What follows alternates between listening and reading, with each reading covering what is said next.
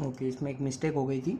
Okay चलो, अभी we Y भी है तो वाई और बी के बीच में, तो ये मेरा वी वाई है और वाई और बी के बीच का वोल्टेज है, तो उसके अंदर V Y plus minus V B है उसका नेगेटिव आया माइनस वी बी। ठीक है, तो कितना होगा ये?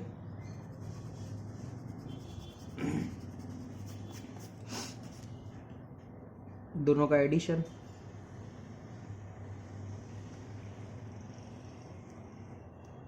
We Y B V B R, तो ये वी बी है, वी बी नेगेटिव हो गया है, वी वाई नेगेटिव हो गया है, बच्चा वी आर यहाँ पे है, इसका नेगेटिव बिल्कुल सीधा यहाँ पे आएगा 180 डिग्री से ऑपोजिट ये वी आर के। सो इन दोनों का एडिशन करेंगे। ठीक है, आप स्केल से बना रहे हो तो एकदम लाइन पैरेलल होनी चाहिए, वी बी आर। सो ये तीनों हमें मिले, क्या है ये? Line voltage, V R Y, V B R और वी वाई बी, जिसकी वैल्यू क्या होगी? V L V B equal to √3 times V P H. वो हमने इस डेरिवेशन के थ्रू देख लिया। सो स्टार के अंदर लाइन वोल्टेज और फेज वोल्टेज क्या होगा वो आपने देख लिया, और लाइन करंट और फेज करंट क्या होगा वो भी हमने पहले डिस्कस कर लिया। अभी आता है पावर पे। सो पावर क्या होगा? पावर पर फेज होगा 3 times V P H times I P H times cos phi. ठीक है, तो ये कॉस फाई क्या है? Power factor. V P H I P H phase voltage and line voltage, और 3 क्यों? क्योंकि 3 फेज है। ठीक है, अभी ये 3 फेज तो है, लेकिन अगर मैं यहाँ पे लाइन की वैल्यू पुट करूँ तो 3 टाइम्स वी एल बाई √3 हो जाएगा into I L, I P H I L दोनों एक ही रहेगा, कॉस फाई दोनों सेम है, I L is equals to I P H. ठीक है, अभी 3 डिवाइड बाई √3 करेंगे तो हमें क्या? √3 मिलेगा। इसको मैं √3 इंटू √3 लिख सकता हूँ, तो उसकी वजह से √3 कैंसिल आउट हो जाएगा, बचेगा सिर्फ √3 V L I L cos phi. So power will be equal to √3 V L I L cos phi और 3 V P H I P H cos phi. ये बहुत इंपॉर्टेंट टॉपिक है आपका एग्जाम के लिए भी और ओवरऑल इंजीनियरिंग के लिए भी। ठीक है, तो इलेक्ट्रिकल इंजीनियरिंग में ये सब जगह पे आपको काम आएगा। अभी ये बात हुई एक्टिव पावर की। रिएक्टिव पावर इसमें जो हम क्यू से डिनोट करते हैं वो क्या होगा? √3 V L I L sine phi, और एपरेंट पावर होगा √3 V L into I L. तो ये है आपका एपरेंट पावर, ये एक्टिव पावर, और ये ये रिएक्टिव पावर और ये active power, active, reactive and apparent.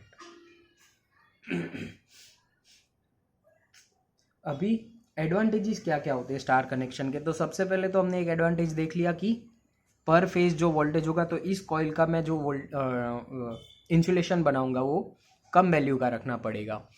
ठीक है, तो इंसुलेशन की कॉस्ट में सेविंग होगी। क्यों? क्योंकि वोल्टेज जो है वो √3 टाइम्स कम है। सेकेंड एडवांटेज की इसके अंदर मुझे अगर सिंगल फेज सिस्टम बनाना है तो क्या करेंगे? यहाँ से एक फेज ले लिया, यहाँ से न्यूट्रल ले लिया। आपके घर में जो सप्लाई आता है, ठीक है, जनरली सबके घर पे सिंगल फेज ही आता होगा मोस्टली, और अगर 3 फेज भी आता है तो घर के अंदर तो हम उस 3 फेज का एक एक फेज करके यूज़ करते हैं। तो जो सिंगल फेज अप्लाइंसेस हम लाइट फैन वगैरह यूज़ करते हैं उसके अंदर क्या होगा? एक फेज का सप्लाई ले लिया, एक न्यूट्रल का सप्लाई ले लिया, और हो गया सिंगल फेज। सिंगल फेज से 3 फेज करना मुश्किल है, 3 फेज से सिंगल फेज करना आसान है, इस तरह से। ठीक है, सो इसके अंदर हमें न्यूट्रल पॉइंट मिलता है, इसकी वजह से हम ये बेनिफिट होता है। सेकेंड थिंग इज कि अगर ये जनरेटर का कॉइल है या ट्रांसफार्मर का कॉइल है और मुझे इसको प्रोटेक्शन देना है, तो प्रोटेक्शन देने के लिए मेरे पास न्यूट्रल होता है, उसकी वजह से मैं रिस्ट्रिक्टिंग अर्थ फॉल्ट और दूसरे अर्थ फॉल्ट का जो प्रोटेक्शन आता है वो दे पाते हैं। ये आप 5th सेमेस्टर में जो switch gear and protection subject आएगा उसमें डिटेल में पढ़ोगे। अभी के लिए बस आपको इतना याद रखना है कि इसका प्रोटेक्शन के अंदर भी बेनिफिट होता है।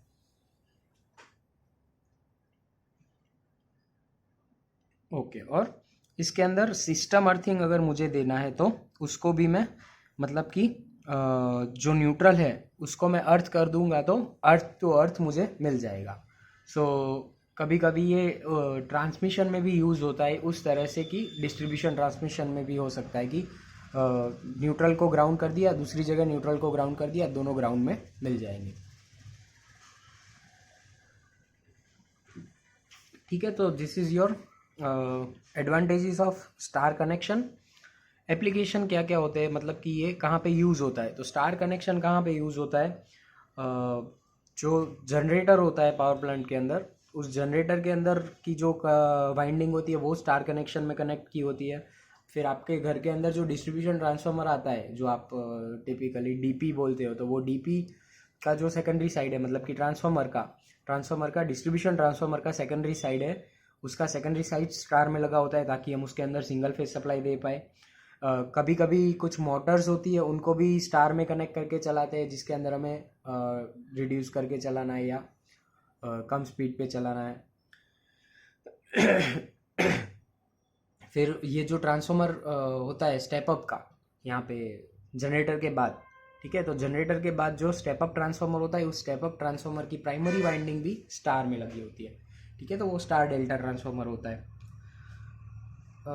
उसके अलावा जो मोबाइल डीजी सेट होते हैं या डीजल जनरेटेड, आपने देखा होगा कहीं पे यूज़ हो रहा है जनरेटर, छोटा छोटा बड़ा जो शादी वगैरह में दिखता है।